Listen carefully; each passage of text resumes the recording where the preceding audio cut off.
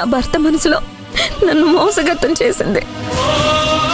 నన్ను ఎంతో ప్రేమించే దొరబాబుకి నా మీద ద్వేషం కలిగి నా మీద చేసుకునేలా చేశారు.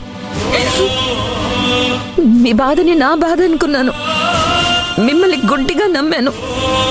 మీరు కూడా నీలాంబరి మాయలో పడి నా జీవితం మీద దెబ్బ కొట్టడానికి సహాయపడతారని అస్సలు ఊహించలేదు. ఇప్పుడు నేనున్న పరిస్థితుల్లో నీలాంబరి గారు చెప్పినట్టు చేయక తప్పలేదు. ఎందుకంటే ఆవిడెవరో కాదు, మా అత్తయ్య.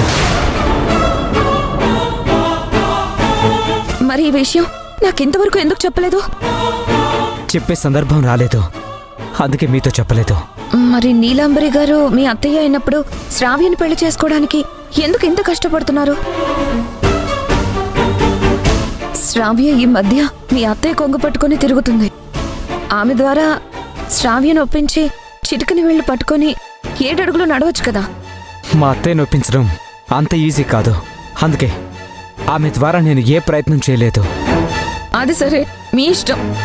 కనీసం శ్రావ్యని నేను కొట్టడం, కిడ్నాప్ చేయడం అబద్ధమని మీకోసమే పెళ్లికి ఒప్పించడానికి పిలిచి మాట్లాడి పంపేశానన్న నిజాన్ని చెప్పుంటే నా పరిస్థితి ఇంత దాకా వచ్చేది కాదు కదా. నాకేమాత్రం అవకాశం ఉన్నా మీకు అగెనిస్ట్గా అసలు మాట్లాడిన జ్యోతి గారు.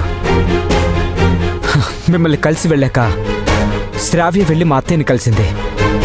ఏం చెప్పిందో, ఎలాంటి ఏడ్పేడ్చిందో తెలియదు, కానీ తను చెప్పినట్టు నేను వెనక్కపోతే నా జీవితం నాశనం చేస్తానని మా అత్తయ్య నన్ను బెదిరించింది.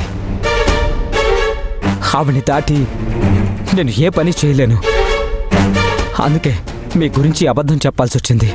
సరే సిద్ధు, జరిగిందేదో జరిగిపోయింది. ఇదే మాట దొరబాబుతో చెప్పండి, నా కాపురాన్ని నిలబెట్టండి.